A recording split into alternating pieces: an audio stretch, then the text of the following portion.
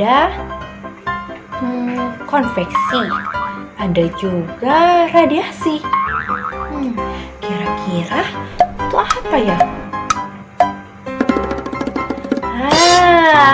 Benar, itu adalah perpindahan kalor. Hari ini kita akan belajar itu.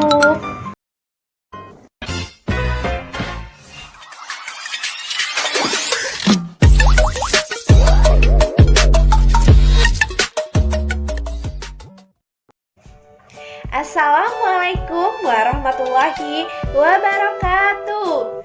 Selamat pagi anak-anak. Salam sejahtera untuk kita semua. Semoga senantiasa luar biasa dan kalian dalam keadaan sehat walafiat. Selalu patuhi protokol kesehatan ya anak-anak. Hari ini kita akan belajar tentang perpindahan kalor.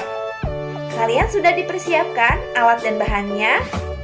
Jika sudah, jangan lupa sebelum belajar, marilah sama-sama kita berdoa terlebih dahulu.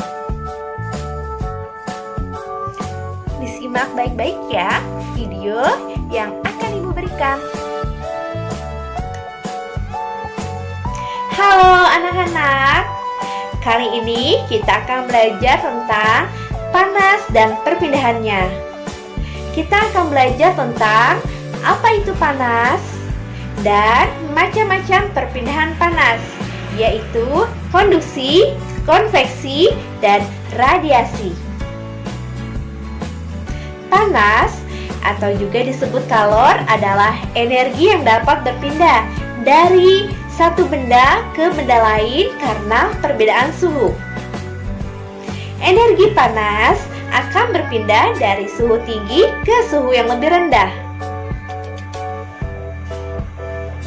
Panas mempengaruhi suhu zat. Jika suatu zat menyerap panas atau kalor, maka suhu akan naik. Sedangkan jika suatu zat melepas panas atau kalor, maka suhu akan turun.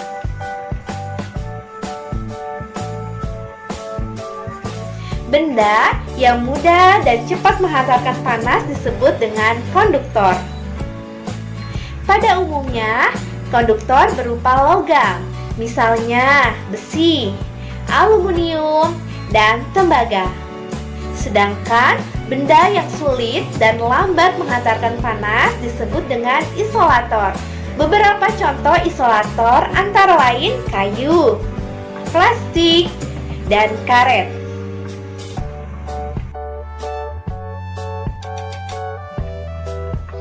Konduksi merupakan perpindahan panas tanpa disertai perpindahan zat perantara.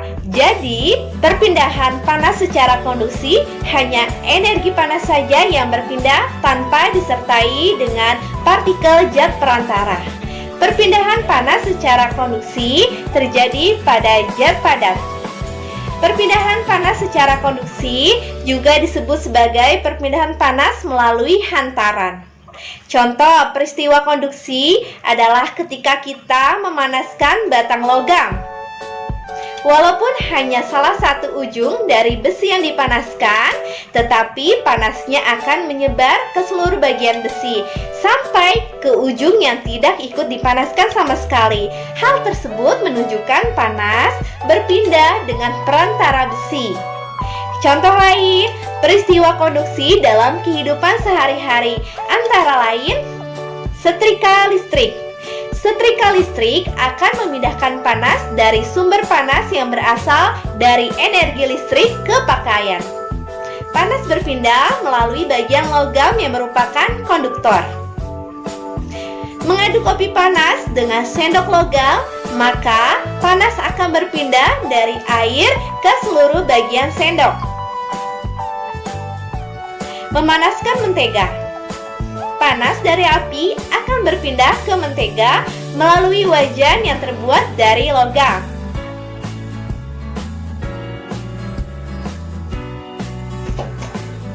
Konveksi adalah perpindahan panas disertai perpindahan zat perantara.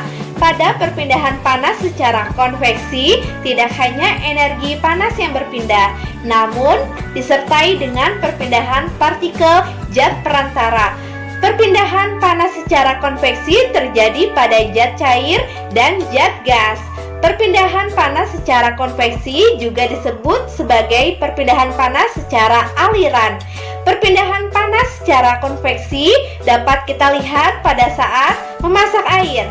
Air yang panas terlebih dahulu adalah air yang berada di bagian bawah.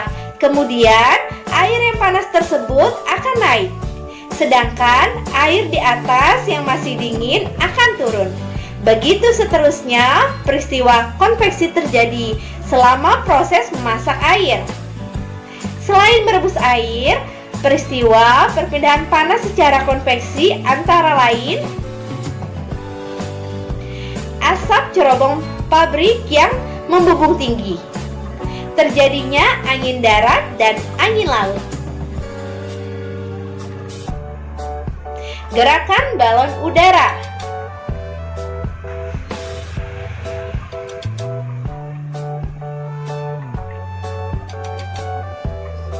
radiasi adalah perpindahan panas tanpa memerlukan zat perantara. Contoh perpindahan panas secara radiasi adalah panas matahari yang bisa sampai ke bumi. Meskipun antara matahari dan bumi terdapat ruang hampa yang tidak dapat menghantarkan panas. Perpindahan panas secara radiasi juga disebut sebagai perpindahan panas secara pancaran. Contoh lain peristiwa perpindahan panas secara radiasi adalah dalam kehidupan sehari-hari. Antara lain, badan terasa hangat ketika di dekat api unggun. Panas dari api berpindah secara pancaran. Pakaian menjadi kering ketika dijemur di bawah terik matahari. Menetaskan telur unggas dengan lampu. Demikian tadi materi tentang panas dan perpindahannya. Jadi, panas dapat berpindah dengan 3 cara, yaitu konduksi, konveksi, dan radiasi.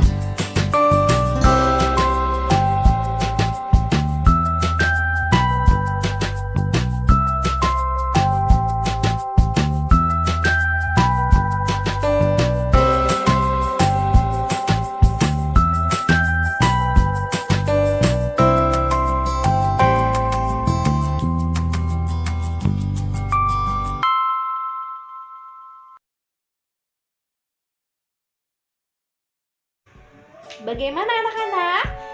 Dapat dimengerti bukan? Jangan lupa kalian kerjakan percobaannya ya. Kurang lebihnya Bu Guru mohon maaf. Wassalamualaikum warahmatullahi wabarakatuh. Selalu semangat ya anak-anak.